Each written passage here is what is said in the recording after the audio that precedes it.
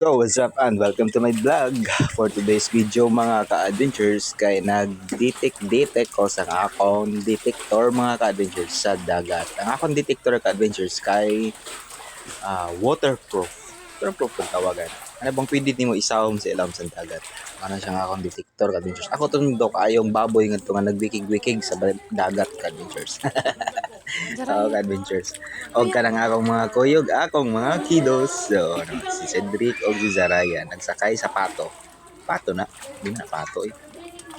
Sakay mo na ka-adventures. Oh. O ang akong dira ko mga ka-adventures, mga lata, mga tansan.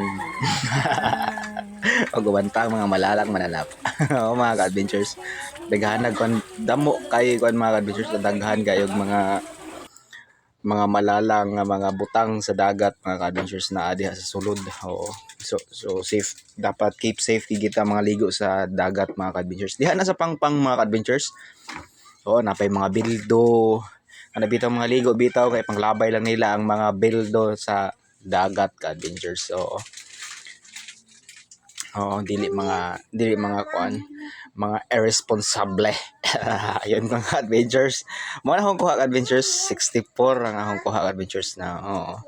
Mga siguro mga ligo ba na bitong may bulsa niya, ang bulsa kay kuan maligo kita sa dagat yun mo ang bulsa gid mulutaw abi na. Yun lang ka adventures. Peace.